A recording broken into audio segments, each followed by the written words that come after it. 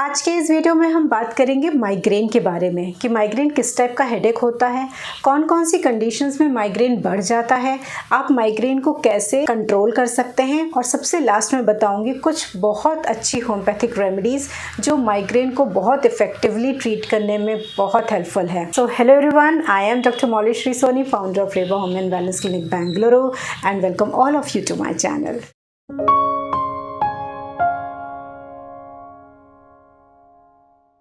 Migraine क्या है?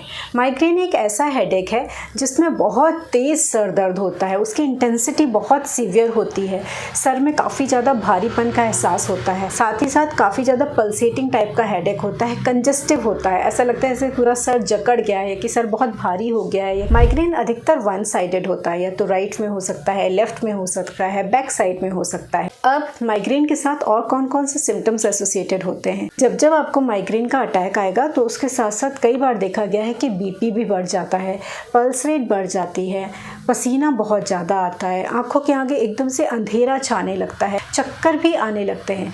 कई पेशेंट्स लोग को बहुत ज़्यादा एक्सट्रीम नौजिया मतलब वॉमिटिंग की इच्छा होती है, ऐसा लगता है जैसे वॉमिटिंग आने वाली है, और कई लोगों को वॉमिटिंग होती भी है। साथ साथ में कई लोग शिकायत करते हैं कि उनको नेक में भी बहुत ज़्यादा पेन हो रहा है या बहुत ज़्यादा स्टिफनेस हो रही है।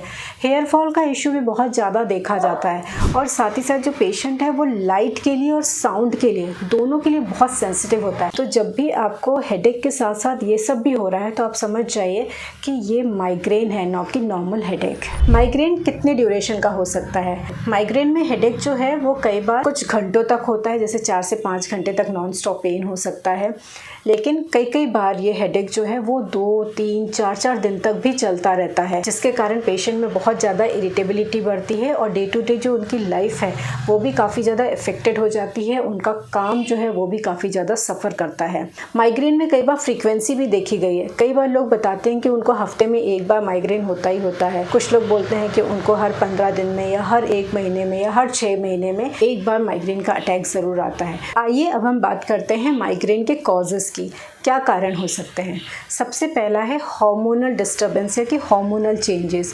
फीमेल्स में अक्सर देखा गया है कि माइग्रेन का जो अटैक है वो पीरियड्स के पहले या पीरियड्स के बाद में, प्रेगनेंसी के टाइम पे और मेनोपॉज के टाइम पे बहुत ज़्यादा देखने को मिलता है, क्योंकि इस वक्त जो है वो हार्मोन्स में काफ़ी ज़्यादा फ्लक्चुएशंस होते हैं, जिसके कारण एक डिसबैलेंस की स्टेट क्रिएट हो जाती है बॉडी के अंदर, और इसी के कारण फीमेल्स में माइग्रेन के जो अटैक्स हैं वो काफ़ी ज़्यादा फ्रीक्वेंट देखने को मिलते हैं। कुछ फीमेल्स ओरल कंट्रासेप्टिव पिल्स या कि हार्मोन पिल्स का भी रेगुलर बेसिस पे यूज करती हैं, ये भी एक बहुत बड़ा कारण होता है माइग्रेन का। दूसरा बड़ा कॉज है स्ट्रेस। कई बार जब आप अपने स्ट्रेस को मैनेज नहीं कर पाते, या कि आपका फिजिकल स्ट्रेस या कि मेंटल स्ट्रेस या कि इमोशनल स्ट्रेस इतना ज़्यादा बढ़ जाता है कि आप उसको संभाल नहीं पाते हैं। तब फिजिकल स्ट्रेस जैसे आप नॉन स्टॉप घर का काम कर रहे हैं, या कि आप कंप्यूटर्स पे बैठ के काम कर रहे हैं, या कि आपका जो घर का और बाहर का काम है आप उसमें बैलेंस नहीं क्रिएट कर पा रहे हैं, ओवरलोडिंग हो जा रही है काम की, साथ ही साथ आप अपने इमोशंस को एक्सप्रेस नहीं कर पा रहे हैं, अपने थॉट्स को अगर एक्सप्रेस नहीं कर पा रहे हैं किसी भी कारण से,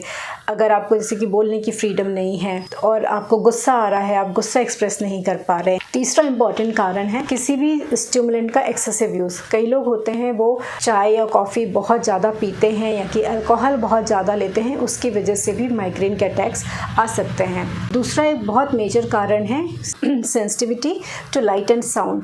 कुछ लोगों को लाइट से, जैसे कि थोड़ा सा भी वो लाइट के एक्सपोजर में जाते हैं, जैसे डीजे लाइट है या कि कार की फ्लैश लाइट एकदम से आपके चेहरे पे आएगी, या कि घर में बहुत तेज़ लाइट जल जाए तो उससे भी उनका माइग्रेन ट्रिगर हो जाता है।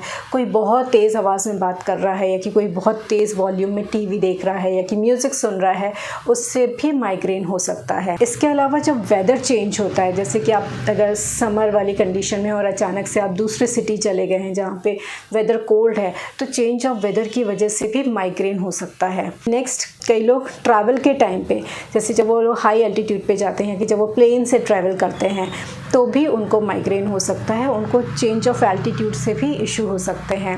कुछ लोगों को स्मेल से या कि फ्रेग्रेंस से भी माइग्रेन ट्रिगर हो जाता है। सपोज करिए किसी ने बहुत स्ट्रॉन्ग परफ्यूम लगाया है, या कि डिओ लगाया है, कि बालों में गजरे भी लगा लिए हैं, तो उससे भी लोगों का माइग्रेन ट्रिगर होता है। खाने में भी स्पेसिफिक कुछ खुशबुएं ऐसी होती हैं, जैसे कुछ खोरी होगी, या कि कुछ स्ट्रॉन्ग स्पाइसेस हैं उनकी खुशबू से भी उनको माइग्रेन ट्रिगर हो सकता है। नेक्स्ट इंपॉर्टेंट कॉज है स्लीप। अगर आप बहुत ज़्यादा सो लेते हैं तो भी आपको माइग्रेन हो सकता है, और अगर आप बहुत कम सो रहे हैं या कि आपकी जो नींद है वो पूरी नहीं हो पा रही है तो उसके कारण भी आपको माइग्रेन हो सकता है। इसके अलावा अगर बहुत ज़्यादा एक्सट्रीम फिजिकल एक्टिविटी कर लेते हैं, जैसे लोग जाएंगे और जिम में बहुत ज़्यादा फिजिकल वर्कआउट कर लेते हैं, या कि इंटेंस सेक्सुअल एक्टिविटी के कारण, या कि घर पे नॉन स्टॉप काम पे आप लगे हैं, कंटिन्यूस लगे हैं, ऐसा सब करने के कारण भी वो ट्रिगर हो सकता है। माइग्रेन के रिस्क फैक्टर्स कौन कौन से हो सकते हैं? सबसे पहला है आपकी फैमिली हिस्ट्री। अगर आपकी फैमिली में माइग्रेन की हिस्ट्री है तो आप भी माइग्रेन के लिए बहुत ज़्यादा प्रोन हो सकते हैं। दूसरा, एज। 30s और 40s की एज में माइग्रेन के अटैक्स ज़्यादा कॉमनली देखे गए हैं। तीसरा, जेंडर। फीमेल्स में माइग्रेन के अटैक्स ज़्यादा फ्रीक्वेंट देखे गए हैं एज़ कम्पेयर टू मेल्स। जहां हर 5 में से किसी एक फीमेल को माइग्रेन होगा, वहीं 15 में से किसी एक मेल को ही माइग्रेन के सिम्टम्स होंगे। आइए अब हम बात करते हैं ट्रीटमेंट की। सबसे पहला है आपका प्रिवेंटिव मेजर्स। अगर आपको माइग्रेन के रेगुलर अटैक्स आते रहते हैं तो आप जब भी सोने जाएं तो रूम में प्रॉपर अंधेरा कर लीजिए, मोबाइल को स्विच ऑफ करके रख दीजिए ताकि आपको किसी भी तरीके की लाइट या साउंड से आपकी नींद डिस्टर्ब ना हो। धूप में जाते वक्त आप प्रॉपर सनग्लासेस पहन लीजिए। घर पे जब भी आप रेस्ट कर रहे हो तो अपनी आंखों के ऊपर कोल्ड्स रखिए या फिर कुकुम्बर के स्लाइस काट के रख लीजिए। आंखों को रेगुलर बेसिस पे धोते भी रहिए। पेपरमेंट ऑयल से आप अपने हेड को मसाज कर सकते हैं, जिससे काफ़ी सूदिंग इफेक्ट मिलता है। आप जिंजर टी या कि कैमोमाइल टी का यूज़ कर सकते हैं, जो आपकी ब्रेन की एक्टिविटी को काफ़ी हद तक स्लो डाउन करता है या कि रिलैक्स कर देता है आपको, जिससे आपका स्ट्रेस कम होता है। अगर आपकी लाइफ में बहुत ज़्यादा फिजिकल, इमोशनल या मेंटल स्ट्रेस है तो रेगुलर बेसिस में योगा, मेडिटेशन और योग निद्रा की प्रैक्टिस ज़रूर कीजिए। ओम चैंटिंग को अपने मॉर्निंग रिचुअल्स का हिस्सा ज़रूर बनाइए। अगर आप ये सारी चीज़ें रेगुलर बेसिस पे करते हैं तो आप बहुत हद तक माइग्रेन के अटैक्स को काफ़ी कम कर सकते हैं। आइए अब हम बात करते हैं होम्योपैथिक लाइन ऑफ ट्रीटमेंट की। सबसे फर्स्ट और इफेक्टिव मेडिसिन है बेलाडोना 30। बेलाडोना एक ऐसी मेडिसिन है जिसमें फ्रीक्वेंसी ऑफ हेडेक देखा जाता है। हर 10 दिन में या 15 दिन में माइग्रेन के अटैक्स आते रहते हैं। पेन जो है वो काफ़ी ज़्यादा सीवियर होता है, बहुत ज़्यादा कंजेशन होता है, चेहरा या कि आंखें बिल्कुल लाल हो जाती हैं, ऐसा लगता है जैसे कि आंखों में खून उतर आया है, इतना सीवियर पेन होता है। पेन अधिकतर राइट हैंड साइड में ज़्यादा देखा जाता है। लेटने से भी पेन जो है वो बढ़ जाता है। साथ ही साथ नॉइज़ के या लाइट के एक्सपोजर से भी पेन ट्रिगर होता है। इसमें पेन में आराम कैसे मिलता है? अगर आप हल्का हल्का सा प्रेशर देते हैं, सर दबा देते हैं तो पेन काफ़ी हद तक कम होता है, उसमें पेन में आराम मिलता है। तो अगर ऐसे सारी कंडीशंस हैं तो आपको बेलाडोना 30 हर 15-15 मिनट में 2-2 बूंद अपने टंग पे रखिए। कुछ ही देर में आपका माइग्रेन जो है वो कम्प्लीटली ठीक हो जाएगा। नेक्स्ट इंपॉर्टेंट मेडिसिन है आइरिस वर्र 30। आइरिस वर्र उन सभी कंडीशंस के लिए बहुत अच्छी है जहाँ पे गैस्ट्रिक ट्रबल के चलते आपको हेडेक होता है। आप काफ़ी देर बाद खाना खा रहे हैं या कि आपके खाने का कोई प्रॉपर रूटीन नहीं है, आपको हाइपर एसिडिटी बहुत ज़्यादा है, बेल्चिंग बहुत ज़्यादा हो रही है, इरिटेशंस बहुत हो रहे हैं, जिसके चलते आपको हेडेक होने लगे तो आइरिस वर्र काफ़ी इंडिकेटेड है। आप आइरिस वर्र की 2-2 ड्रॉप्स दिन में 4 से 5 बार ले सकते हैं। तीसरी इंपॉर्टेंट मेडिसिन है आपकी नक्स वोमिका 30। नक्स वोमिका में भी गैस्ट्रिक ट्रबल्स काफ़ी ज़्यादा देखने को मिलते हैं।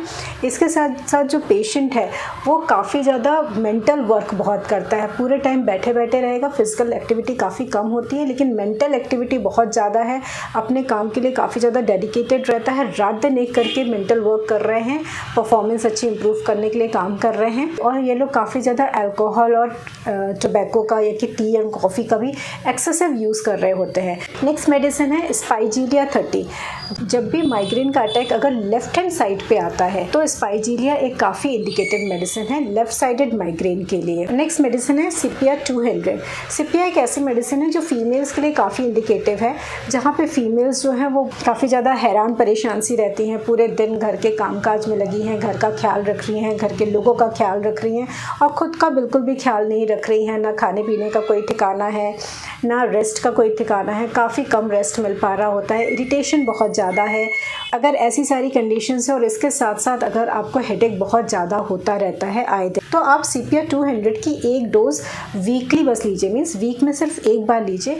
और इसके साथ साथ अगर आपको राइट साइड या लेफ्ट साइड या फ्रंटल हेडेक, जो भी मैंने पहले जो मेडिसिन बताई हैं उनमें से जो भी नेचर आपके हेडेक से रिलेट करता हो आपको वैसी कोई मेडिसिन चूज़ करनी है और साथ ही CPR आपको सिर्फ वीक में एक बार ले लेनी है, तो आप काफ़ी हद तक माइग्रेन को रिवर्स कर सकते हैं।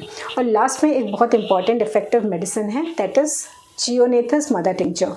चियोनेथस में भी काफ़ी सिक टाइप का हेडेक होता है, फ्रीक्वेंसी बहुत ज़्यादा होती है हेडेक की। अगर कभी भी माइग्रेन के सारे सिम्टम्स आपको दिख रहे हैं, माइग्रेन का अटैक आपको काफ़ी ज़्यादा फ्रीक्वेंटली होता रहता है, तो चियोनेथस मदर टिंचर की आपको 20 drops in half cup of normal water में दिन में 3 बार आप ले सकते हैं। आपके माइग्रेन को रिवर्स करने में काफ़ी ज़्यादा हेल्प मिलेगी। सो आज की इस वीडियो में इतना ही। आई होप आपको ये सारी इन्फॉर्मेशन बहुत अच्छी लगी होंगी। वीडियो को लास्ट तक देखने के लिए आप सभी का बहुत बहुत धन्यवाद।